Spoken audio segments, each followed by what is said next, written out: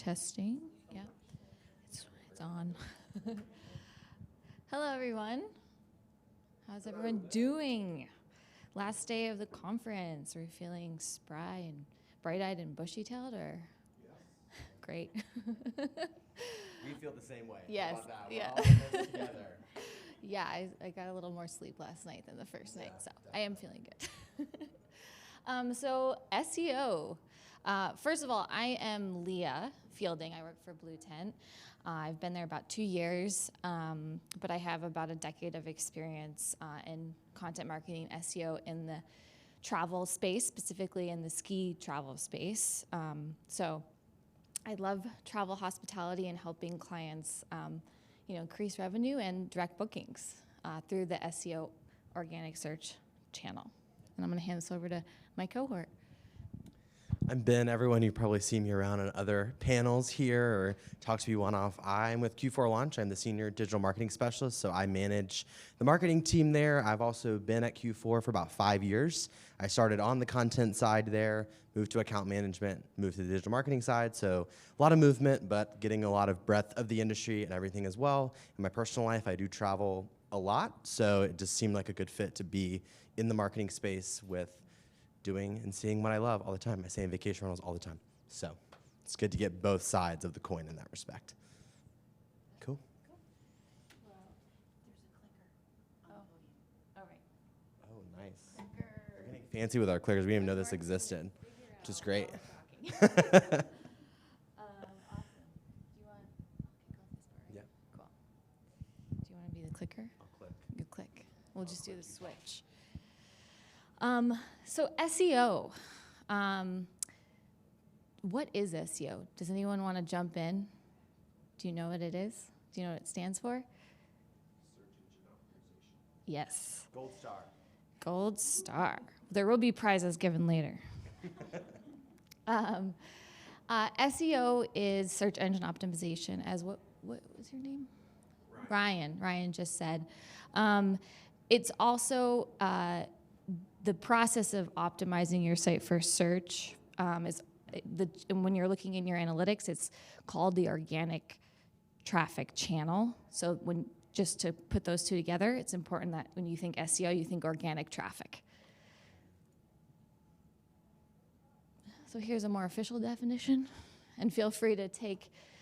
This is being recorded, but feel free to take photos with your phone and notes, etc. Mm-hmm. Mm-hmm. No. So if you're using the search engine, it's all going to be, no matter what you're searching, if you're coming through a search engine to a website, that's all organic traffic. If you're entering a domain into your browser, that falls under direct traffic, but direct traffic is kind of a whole can of worms that we don't have time for in this session. That could take a couple hours, but yeah, that's a great question. So moving on. So why does it matter? We're going to start with some questions and test how bushy-tailed you guys are. So why does it matter? For guests to find you through search engines, right? Absolutely.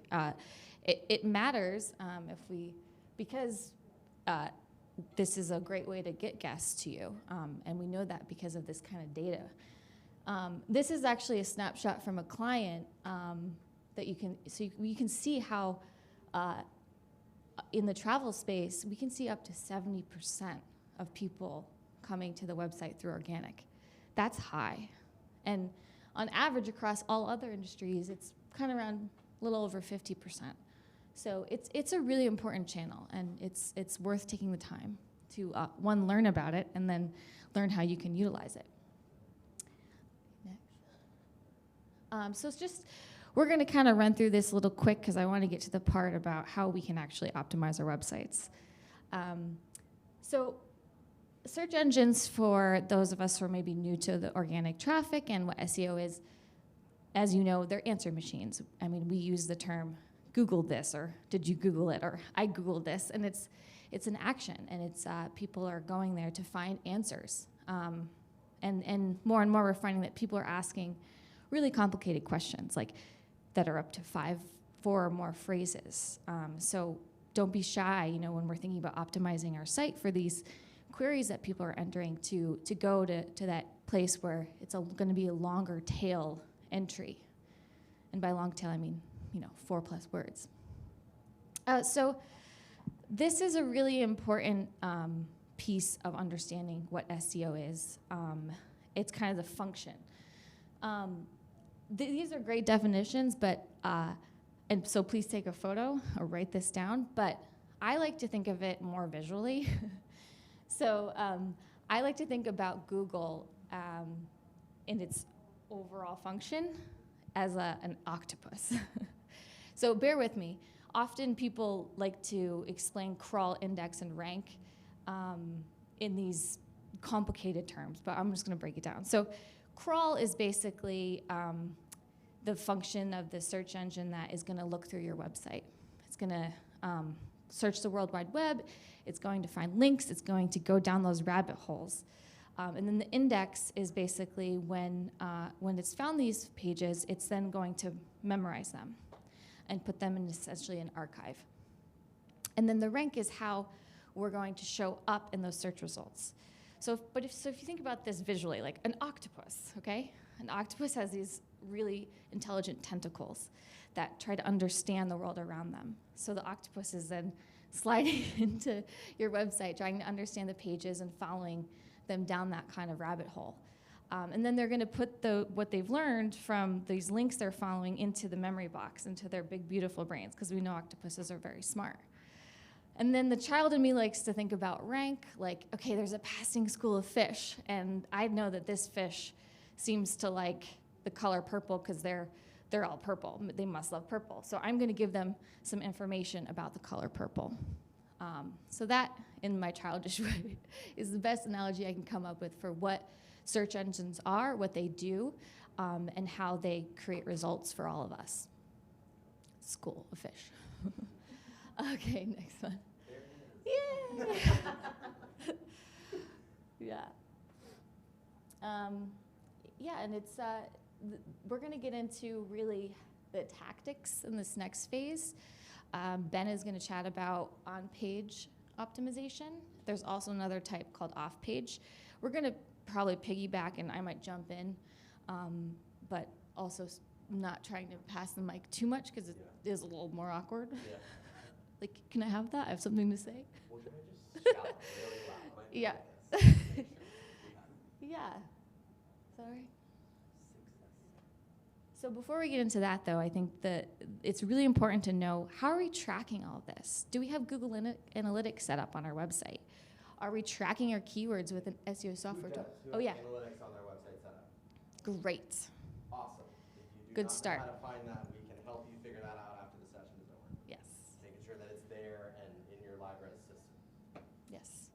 Yeah, you'll be able to benchmark, especially if you have seasonal, you've had it for a couple months on your website, you have it for several years, you can really see your growth and understand how people are getting to your website. So some other great tools that are free. Google Analytics is free.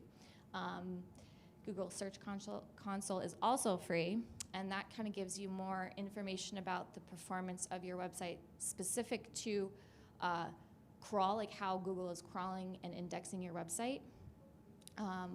And also, like, you can actually see keywords, what keywords are bringing people to your website. You don't see on the keyword level in Google Analytics quite the same as in Search Console. And then there are other tools that you can pay for that are really great. SEMrush is one that we really love. I know you guys love as well. There are free trials available, so I think they're about a month. And then it is a little over $100, I think, monthly, $120. Yeah, it used to be $99. And it is an amazing tool. Like, if you have a budget for that, I highly recommend it. If you don't have your own SEO or anyone yet who's specific to that in your company, it's an amazing tool. You can track your keywords, you can track your site errors on your website. It gives you a lot of information. WebCEO, that's one you can speak to. Yeah. Web SEO is very similar to SEMrush. It just gives you a very basic high level of how things are going. It'll flag any of those errors that you find. It'll also pull in data from analytics, ads, and other channels to help you see how you're performing as well. Just a really high level snapshot. And it's great for keyword research, which I know we'll get into a little bit later, but just a good, simpler tool to use if you're kind of getting into it a little bit more. Good tee up. So what is on-page SEO, right? Does anyone have any idea what that might be? And it could be the most simple definition ever.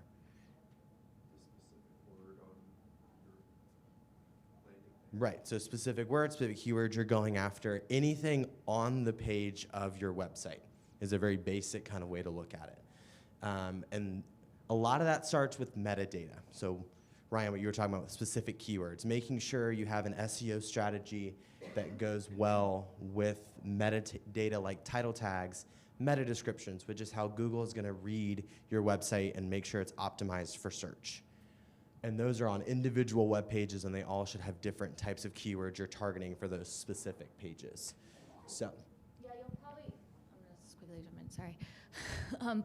On your LiveRes sites, you've probably noticed there are sections kind of towards the bottom that say meta title and meta description. That's exactly what we're talking about.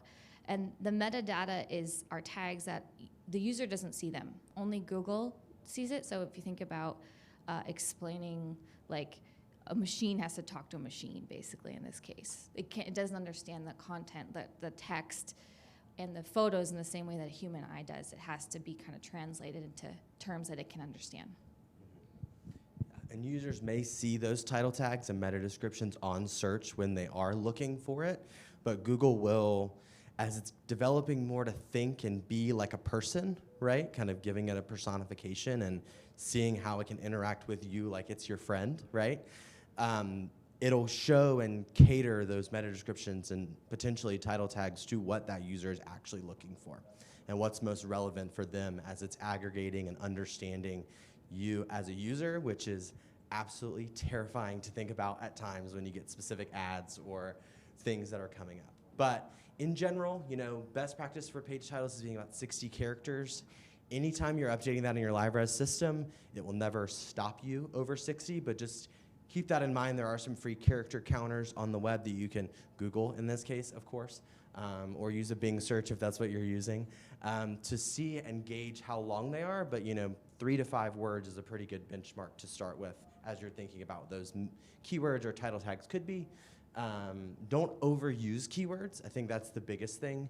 You can use slight variations of them, but don't use the exact same ones on every single page of your website. Try to diversify them some, really capture that audience in a different way. With the meta descriptions, make those a little more descriptive. They can be a little bit longer.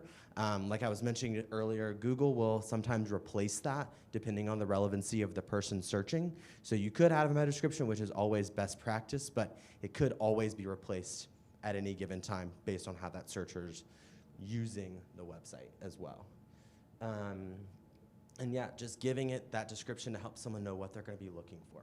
Yeah, I would just also add that getting a really strong meta description, and this isn't specific to SEO, but it's good click-through rate. So if you think about getting people to click through to your link to your website, so being a little strategic in that process of creating that little description, important. That's a great point. Any questions about this specific slide? I know this can sound kind of like a lot in a foreign language to everyone. Yeah, could you maybe go into a little bit more detail about what you mean with the "don't do this" Washington?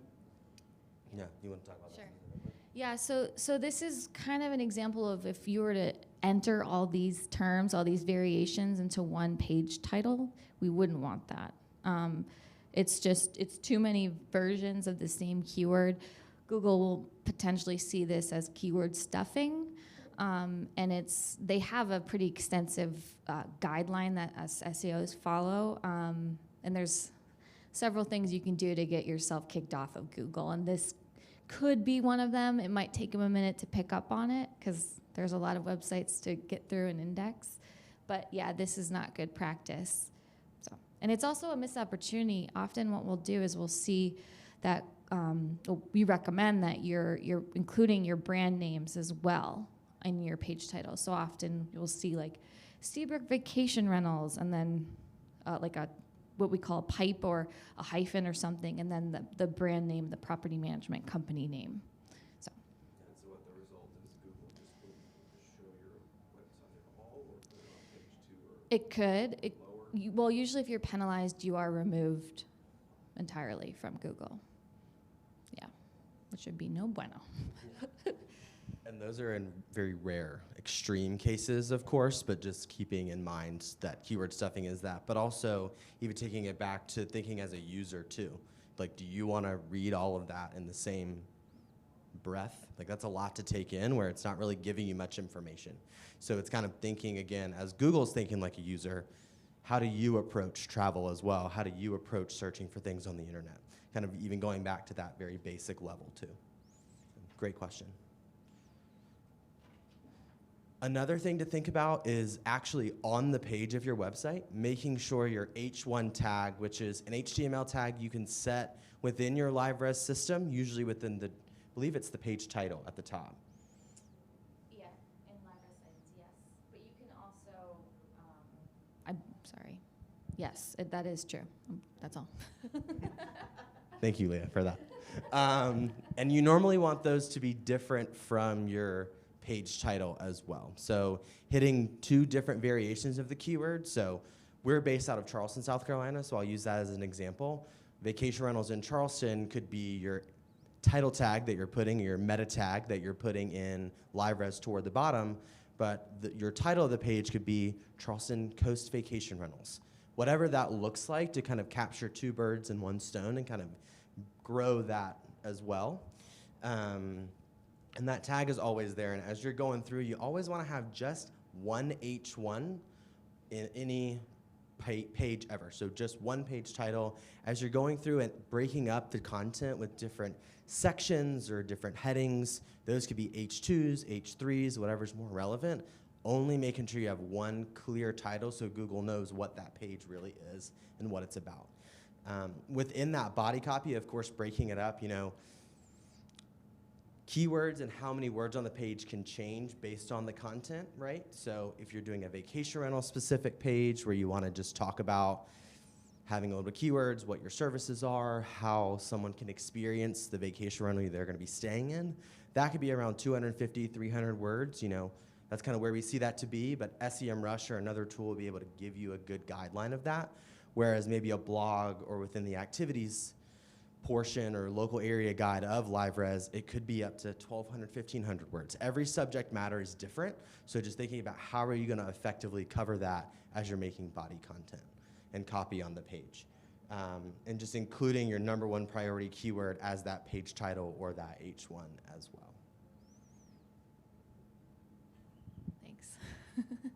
I also want to add, while we're on this note of the body content, thinking about your content too in terms of how is it going to be easy to read? If you have a ton of content and not a lot of headings, you're not using any bulleted lists, it's going to be challenging for the user to read. And Google also loves to see lists, and it loves to understand the hierarchy of what is important on the page.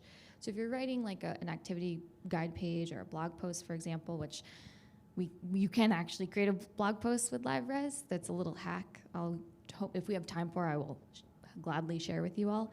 But just, thinking about making your content interesting for both users and Google. And thinking about how you look at websites too. Do you want to see a wall of text or you want to see things broken up and visual and easy to read? This one is important as you're thinking about another way you could appear in search results. And we'll kind of break it down a little bit more too. So if, like me, I'm a very visual person, like Leah was talking about earlier with her octopus analogy. If I'm looking for a vacation rental in an area, I may go to the image search portion of Google. And so with that particular section, if there's a compelling image you're using on the website, you can use specific keywords in the alt tag of the website to make sure that you're capturing the ability to show up in a different type of search result. We have seen that become a little more common in some of our best practices, is just seeing that as a way to grow your keyword base. It's also for people who may be visually impaired, using under the ADA compliance section, and just making it easy if they're using a screen reader to be very descriptive in those alt tags and alt text related to images. So if it's a picture of the beach and it's a sunset at the beach, right? Don't just say beach.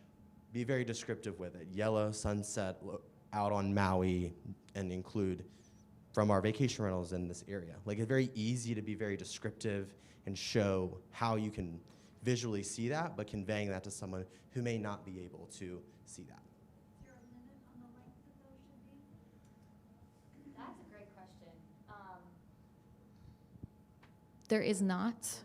No, there is not a limit, but I would not put a novel in there. I would definitely keep it to like a phrase, a descriptive phrase. Like, I would say you won't want to go probably over 100 characters, but there's no, I don't think there's a Google guideline around that, to my knowledge. Just being very short and sweet and to the point, so people kind of get what the picture is, and then seeing if you have the ability to add a keyword in there as well. Keywords, such a hot topic that we've talked about today. The biggest part of our content strategy, and just in general as you're thinking about your own content strategy, is what organic keywords are people entering that are relevant to your business. So making sure your website has things like vacation rental specific keywords, property management specific keywords, real estate specific keywords if that's something that you offer. Making sure people understand that where you are and the area that you're in. Things to do, in this case, Charleston. Having pages dedicated so people understand where you're actually located, where you service if you have multiple locations, but also making sure you're capturing different parts of your business that are gonna drive that overall bottom line revenue for you. And also, what are your competitors ranking for, right? You may see direct competitors in your specific market, that like the other vacation rental company down the street, but when it comes to Google, everyone is a competitor for a specific keyword. Your OTAs are competing for the same keywords as you. Your other local businesses in the area are also. So everyone is a competitor, so you wanna make sure you're positioning yourselves well on search. So some ways you can do that is using tools like Google Ads Planner. If you're running Google Ads, it's a great way to kind of get an idea about what that could be, what that could look like search volume-wise every month. Search volume just being how many people are looking for a term every month.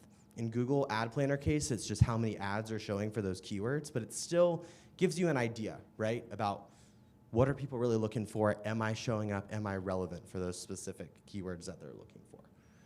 Look at what people are also searching for at the bottom of search results. That's called an LSI, or a related keyword, that gives you an idea about what else are people looking for? Like, what do they want to find? What are they engaging with when I'm looking at specific keywords I might be Googling? Looking at Google Trends data, so understanding how your area is performing overall. You know, what does that look like? Should you be targeting different types of keywords based on the area interest that you have? Another Google product, which I think I forgot to put on here, is using your own Google Analytics data to understand your demographic, who that is, how are they interacting with your site currently, and what opportunities you can find with themes that you see within people booking on your website. You won't get specific keywords from there necessarily. You'll probably get pretty broad, not great ones that are, because Google's not gonna give you that information away for free, of course, but just trying to find trends and identify that in your own data, which is gonna help you tailor a better marketing strategy to position you well. SEMrush and Moz are also great tools to understanding more specifically how search keyword volume is there, what kind of keywords you go after, and any related keywords as well. And competitor data as well, based on who else is ranking for those specific keywords and what are they including on their pages you may not be, that might be hindering you from being on that first page. And another good one that we've kind of talked about a little bit with some of our clients is, what are your reservationists saying? What are people who are calling in saying that they have questions about? Do you have pet-friendly properties? Do you have oceanfront properties? Do you have luxury properties, mountain view properties, ski in, ski out properties? You know, are you missing an opportunity from an SEO perspective of not having pages on your website dedicated to that? Because likely if a guest is calling in, they're not seeing that anywhere on your website. So making sure that's very visible and showcasing your inventory in different ways to people looking as well. And that's also a good way to just answer that question for them. Yeah. Oh, and I would also say if you're getting a lot of calls about local activities in the area, put it on your website, you know? It'll save your reservationist time because they're probably looking for it when they get to your website. And if you have that information there, and it's also another opportunity to potentially pull someone into your website. Maybe they've already booked with someone else, but they sign up for your newsletter. So we have to think about it in like all the different phases of where the customer might be in their buyer's journey. Yeah, that's a great point. And something I learned in the customer service world is for every one person that says something, 6 people thought about it but didn't say it. So there could be other potential opportunities that you're missing there without having that information readily available. Site structure. Dun, dun, dun. You might take this one over from me, actually. Boom. All right. Passing it on. So Ben did allude to this a bit, thinking about your inventory. I'm going to back. I'm getting ahead of myself. So site structure is really important when we go back to the octopus analogy. When Google gets to your website, it's going to look for all the links it can find.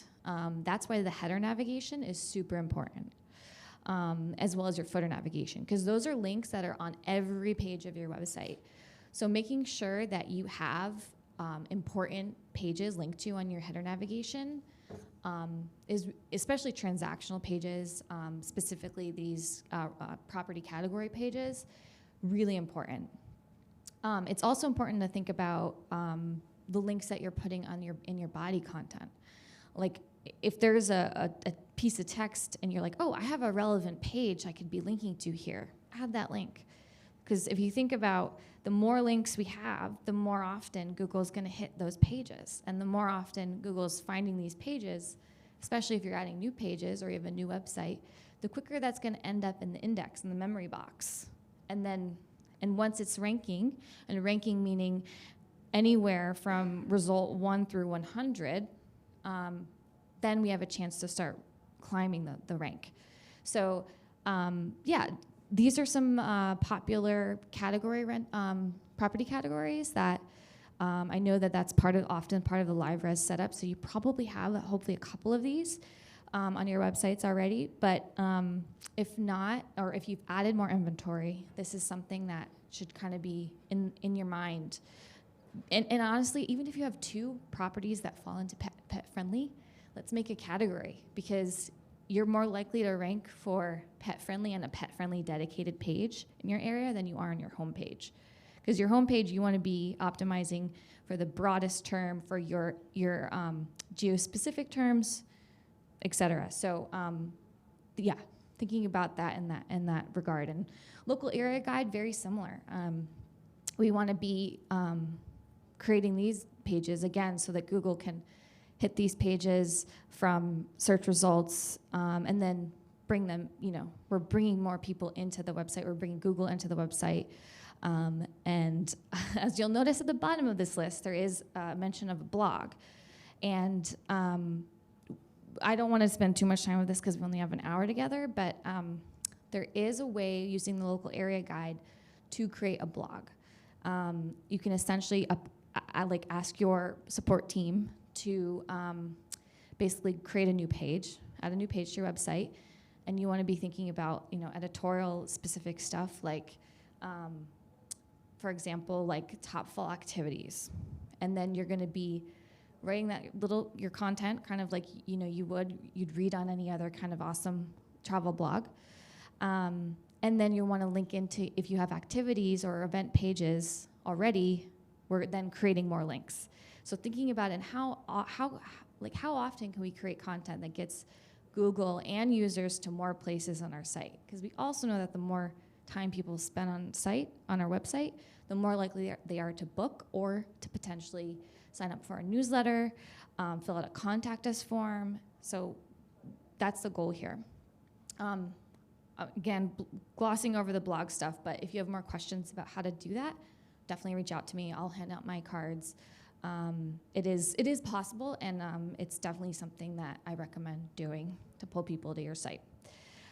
Any questions about site structure? No? Okay. Off-page SEO. Do you want to tag team this one?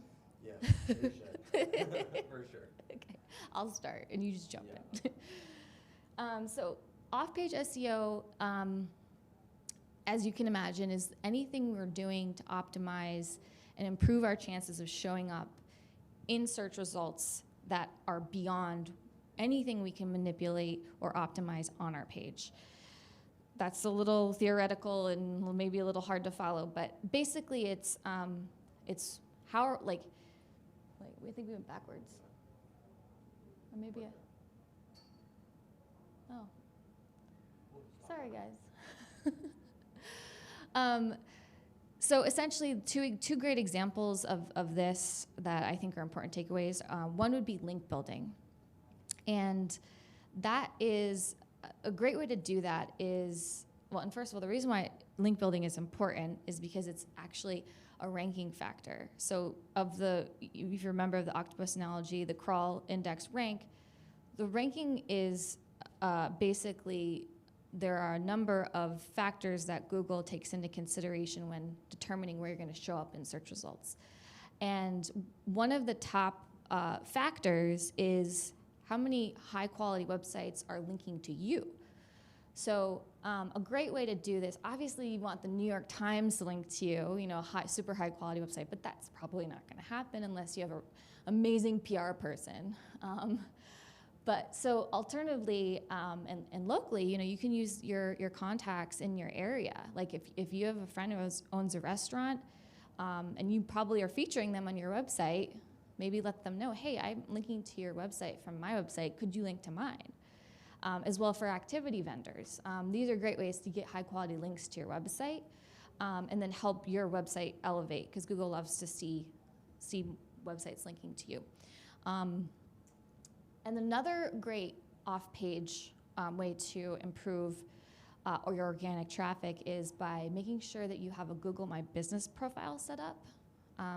Who here has one of those? Great, okay. That's a really important piece when you think about people who might be searching for your brand terms, as well as anyone who's using Google Maps, because your profile information pulls into Google Maps as well. It is a challenge to set up a Google My Business profile. I'm not gonna lie. There's a lot of steps, a lot of hoops to jump through. You have to verify your address. You have to make sure that your address matches what's in your footer to a T. Like if you're West Avenue, Palm Beach, you can't put a W in lieu of West spelled out. Stuff like that. Some other important tips are the categories you choose for your Google My Business profile. If you choose the wrong category, you will not be able to use all of the tools in Google My Business. So just do not choose anything that says lodging or accommodations.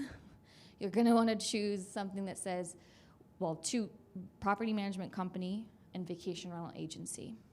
That's it, if you do real estate too, include that.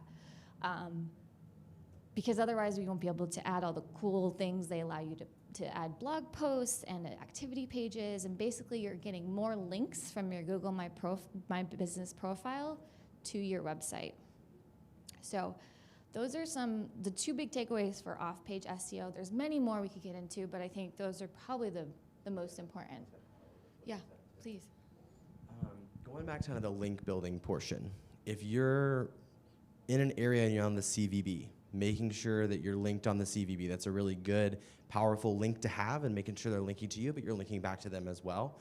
What Lee was mentioning about elevating your brand, that's a part of your domain authority, which is why it is a part of being a ranking factor, is you want that domain authority to be really strong so Google sees you're a reputable business.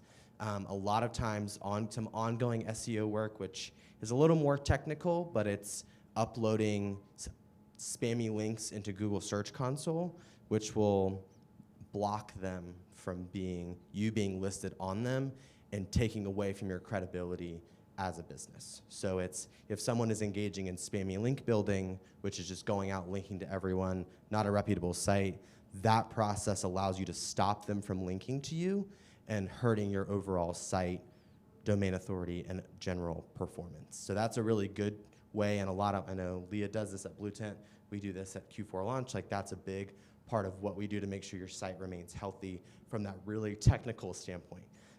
It's very easy to do, but in theory, it's very difficult to like understand the back end of how all that works. When it comes to Google My Business, if you don't know if you have a Google My Business, sometimes you may have one, and you may just need to claim it.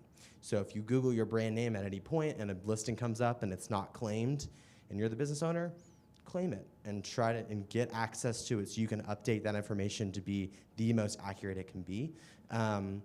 Some hoops that we've jumped through is knowing, right, the address has to be exact, but they will actually mail you a postcard in the mail that has a verification code that you have to input. So you're making sure the address that you use accepts mail is a really important thing to remember, because you can't verify it without that. I think it's like a 6-digit code or something very normal.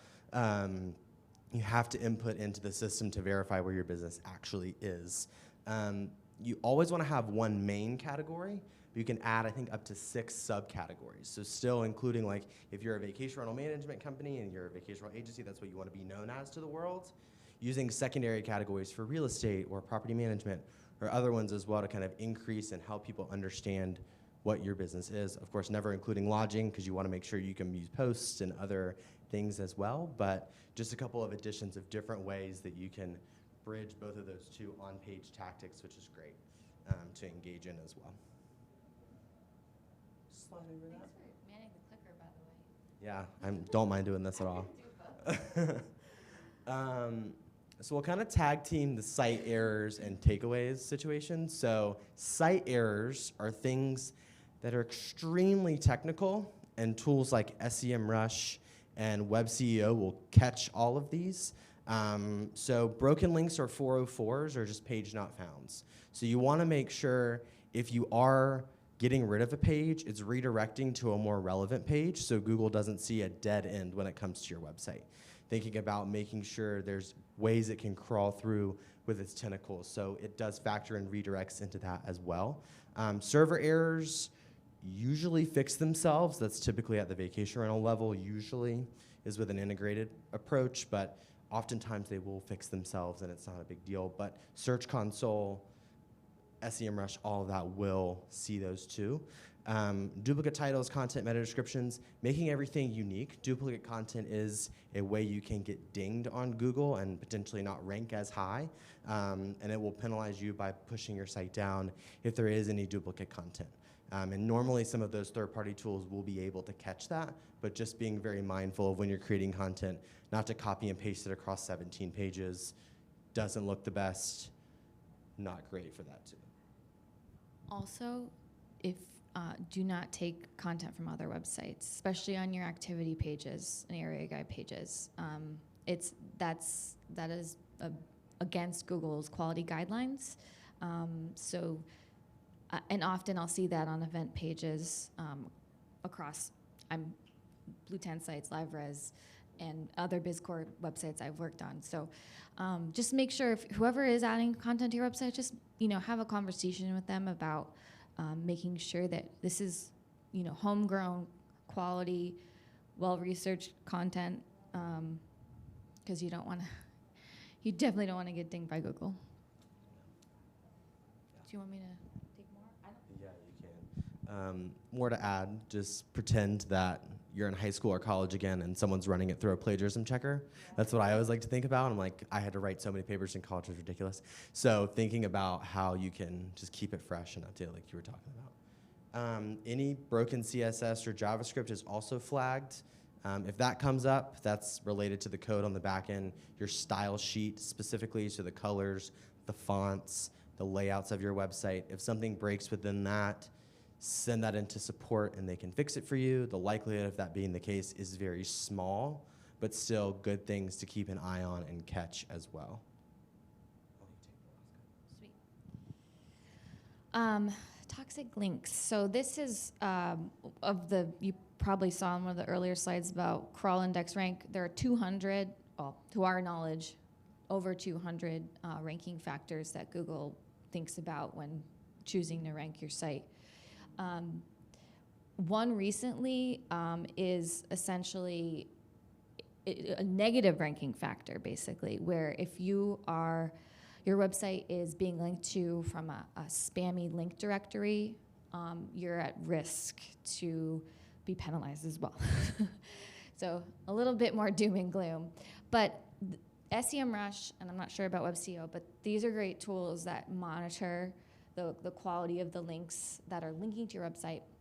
And you'd be surprised, especially with older, larger websites, we find this, that there's a ton, they're just getting added by bots to these link directories. And it's becoming more and more of a constant monthly project to clean up on websites. So just a good awareness. Expired SSL certificates. These are generally emails you'll get from your DNS provider, and it'll say you're coming up. Often it'll just auto renew, and you should be fine. But it just, if you get that email, renew your SSL certificate, because otherwise when someone tries to Google or come to your website from Google, it'll be like the not a secure website message, and essentially will, in so many words, block people from entering your website. So definitely something to take care of right away if you see that. Mixed content, as you all know probably at this point, HTTPS is the preferred secure version of all websites in Google's eyes. I know most LiveRes sites are now HTTPS. I know that was like a canned support ticket I've seen on the back end. But unfortunately, if your site is a little bit older, you probably are linking to some HTTP websites, maybe through your activity pages, etc. So that's another report that comes up on SEMrush and WebCO. And that's something to take care of. Usually you can just add an S into the link and it fixes itself. But just a good one to be aware of. And then thin content, that's really when there's not much content on the website, on the page, other than page title and a meta description, maybe not even that.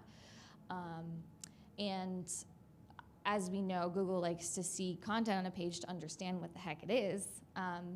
So making sure that, even if it's a couple of sentences, 100 words, getting that, 75 words, like just getting a little intro content on your property category pages can go a long way. And just like to summarize this is all really, site errors are important to have awareness of, because if they aren't dealt with, they can affect your rank.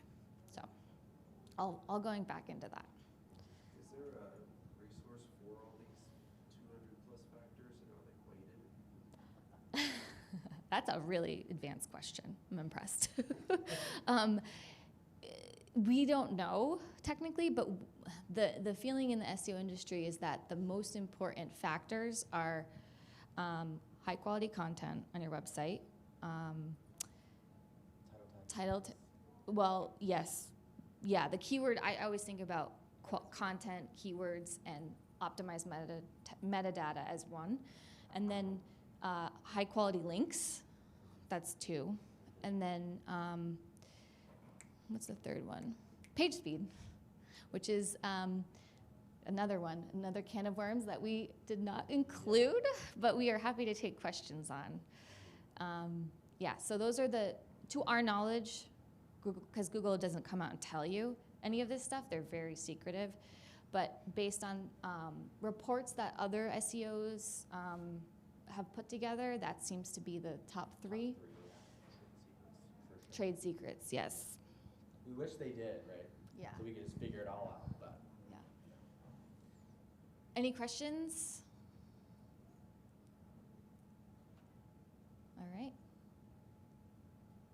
Yeah, so SEO is just something you don't want to do just one time, right? When you go during implementation, there might be an opportunity with LiveRes to be able to add some of that, but it's not a set it and forget it. It's always changing, it's always updating, monitoring, understanding, making sure that you're keeping everything up to date so Google knows that you're keeping everything up to date. Google loves fresh content. It loves to find new ways to show your business online, making sure you're doing that. So updating those title tags or meta descriptions, making sure your site's healthy from a technical perspective with all of those things we just talked about, which are really scary and weird.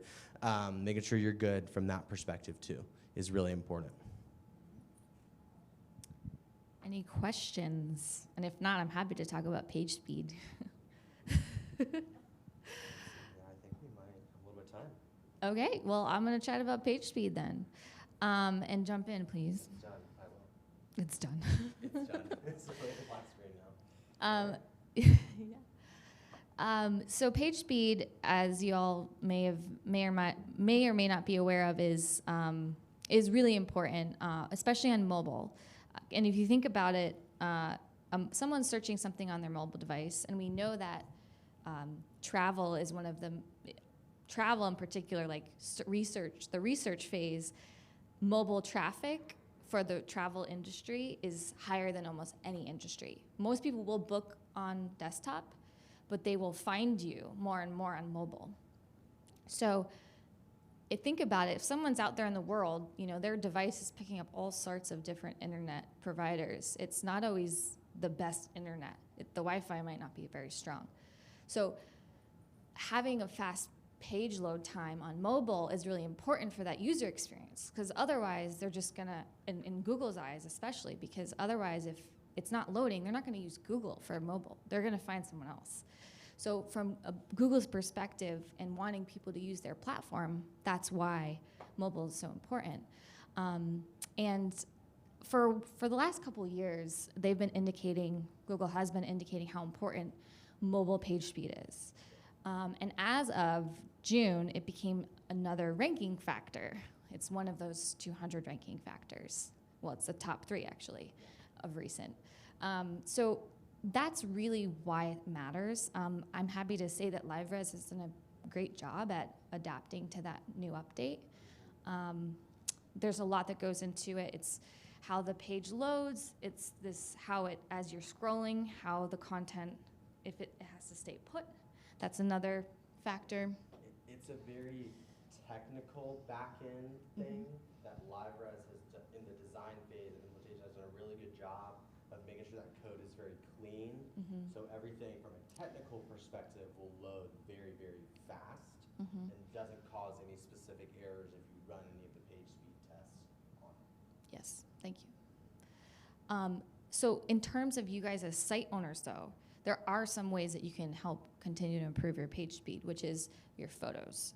So when you're uploading, say you hire a photographer to take some photos, the files that they'll give you are way too large and heavy for the internet, for your website.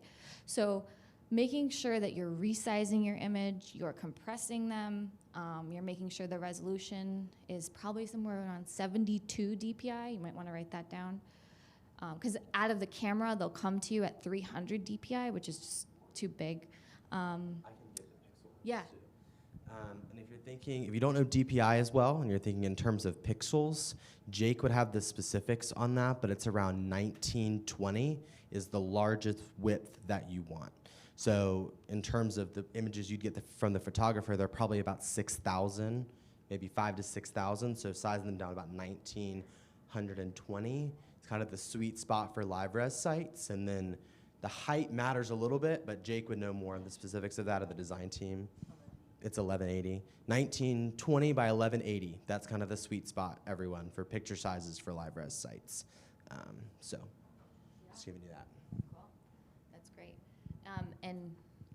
You could take this over, but you actually introduced me to this amazing website called TinyPNG. Oh, yeah. So please write that one down. That's great for compressing photos. And you can, I think, upload, I don't know, like to 25? Yeah, you know more. So if you're like, well, if you're like me, I use Paint to resize images, if that tells you my age and where I'm at. It's around, when you resize it in Paint, it's around 1920, that sweet spot range. You can go to a website, it's free, called TinyPNG. There's an adorable little panda at the bottom. That's how you know you're on the right site. And you can upload, I believe, up to 25 megabytes, which after you resize, it'll be a little bit smaller. So if you're doing property photos or you're doing other images you want to put on your website, you can upload them all at the same time. It'll all compress, and then when it's done, the panda shoots confetti out of the bamboo. So it's, yay, I did all this stuff, it's amazing. And you can download the optimized version of the image. Recommendation on that, if you do use that platform, do not use the same name when you've uploaded it. So if it's sunset on the beach, don't download it as sunset on the beach because it'll combine the two images and make it larger again. So coming up with a more unique name like we were talking about with the alt tags, that can also be the title of your image too. So just making sure that you're very descriptive of that and don't use the same ones. So all the compression you just did, you'd have to do it again, which can be time consuming if you do it 25, 30 times like I've done before. So, but it's a great free tool too. You don't have to pay anything for it. It's just in the world, but it's really awesome for that. But from a technical perspective, again, LiveRes has really set all of y'all up for success to not have to worry too much about the page speed or Core Web Vitals. If you want to research that on your own or ask your SEO team about it, it is Core Web Vitals was the big update that came out over the summer in June that Leah alluded to. So. Does that scale with the times? Like in 5 years, professional photographers were taking 10,000 DPI, now we can use 5,000 instead of 1920, 580. Does that Yeah. get better with time? Hopefully, but we always recommend saving the originals just in case. Sure, but I mean, is that something I should put on the calendar, hey, 5 years, put better pictures or larger file sizes, I guess, pictures out there? Yeah, that's a great question. I don't. I mean, we're not using black and white anymore. So Yeah. it's advanced. Right. Yeah. Well, I would say if anything, just knowing Google, like page speed is going to be more and more important. So I don't know. I mean, maybe, but and Just thinking about keeping it fresh. So yeah, doing it every once in a while. So whatever you see once in a while, could be every couple months, could be every year, some kind of refresh like that. yeah, Yeah. Just keep Yeah. it exactly. Have a project manager at house somewhere. That does it for you. yeah. I can speak to that. We had Okay. a former PMS where we had moved from DOS-based PMS to this was our first cloud, Mm-hmm. and they allowed 10 photos only. I think you have to be 900 by 600 is the big thing. And now monitors are 2160 by 1440. Right. Right. So it moves fast. And what they were, now you can have 80 photos, 100 photos, whatever it is. It does move fast because this is within a decade. Yeah. Yeah. Thank you for that. Those are great questions. We talked a lot about clean coding for helping with the PHP site, as well as the size of pictures and the quality and all that. Can you speak a little bit more about videos, perhaps, and good strategy there? Videos are tough, but They are. Everybody wants them. yeah. Usually it's not the best for page speed. If you compress it too much, everything is really blurry and no one can see. Mm-hmm. So we always recommend compressed hero image sliders to Yep. set the scene. We set 4 to 6 is kind of our sweet spot if we're helping someone consult with a website. But that's kind of where we stand on video. Yeah, same. Videos are hard because if you're using a third-party script to embed videos, you're adding more heavy JavaScript to your website, so you're slowing it down. But yes, I think that if you really want video, do it on your homepage, do it in your slider. Don't just throw videos up from YouTube everywhere, all over your site. I would recommend against that. Do you recommend maybe a link to Yeah. a site that does the video at YouTube? Well, if you, unless you're linking to a website that's linking back to you, to be honest, I would err on the side of sending people off your website at any moment, at any circumstance, really. And sometimes, like, if you really, really want it, and it's your own YouTube channel and you want it on there, you can embed it, usually with an frame, which is how it comes off of YouTube anyway. And so we'll use actually that link if we're going to link to something or have it on the page where it'll populate that preview and keep people on the website the whole time. Mhm. But Yeah. to Leah's point, if you are linking out to a video on a third party, making sure on that page they're closing the loop and linking back to you. Yeah. Yeah, you have to ultimately weigh what are your overall website goals versus what is the benefit of having this video Right. or whatever it is, whatever the link might be. Yeah. Cool. Yeah. So, you said keeping it fresh and, Mhm. reviewing your content and your words and all of that. So, would you say that's something you should do like every couple of months, or what's your kind of your take on the time frame on it? I know, because we're move so Yeah. fast. I don't- Yeah, well, I mean, algorithm updates are coming out every couple of weeks in some cases. So I'm trying to at least, for my clients, if they're only a couple hours, 5 hours a month, I'm trying to at least do one new page a month of new content, whether it be an activity page or a blog post, or even like a new property category. Yeah. So that should be the goal. One new page a month, I think, Yeah. is pretty good. If you're a larger website, definitely as many as you can, your budget allows based on your team. But yeah, I would say that's the minimum, right? We have word counts for the month, so sometimes it could be 1 page per month at a minimum. If you had a little bit more flexibility and you had a little more bandwidth on your team, 2 pages could be good. And pages being maybe not just blog posts. If you add a new amenity category to your category section, that's a great fresh content piece. It might not be 1,000 words. It could be 250, 300, but something to show Google you're updating it.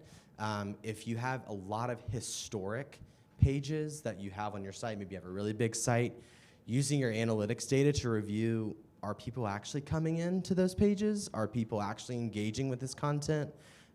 Thinking about it that way. So you can update that content, and updating about 40% of that tells Google it's new. So kind of thinking about, if you do have a bigger site, a lot of content, looking at it from that perspective. We didn't touch on it much in the keyword research portion, but keyword cannibalization is a very aggressive term to talk about pages that are competing for the same keyword. So why you want to have unique keywords or ones that are different is just optimizing that page. So I always like to use the example of restaurants in Charleston. You don't want to have restaurants in Charleston, a blog about that, or an activity about that. Then you also Charleston restaurants and oceanfront restaurants, and or I guess Ocean View restaurants or downtown restaurants. You want to have that all in one masterpiece in a way. So Google sees that as the one authoritative piece for your website, restaurants in that area, or things to do in that area. So keeping it very authoritative, and sometimes it can be longer, and that's okay. Google likes to see long content that's broken up very visually to show that you're the expert on that given topic. Yeah. Any other questions that anybody has? I know we're coming up a little bit on time, or might be at time. But if there's no other questions, Things to give out. me too. If you are also, we do have these, we only have a couple left, because we did a boot camp on Monday. Yeah. There are a couple, I mean, if you're really interested and you want to deep dive into SEO, please take one of these. I don't want to like hand them out because I'm like, I have a couple more, but Yeah. Oh, you do? yeah, Oh, maybe we do have enough. I Oh, have perfect, you I have brought the rest of them all. them. Yeah. Yay. These Okay. are websites very specific to LiveRes's platform that we handed out our boot camp, that we feel like it's so valuable, we want everybody to have it. So for y'all coming today, we're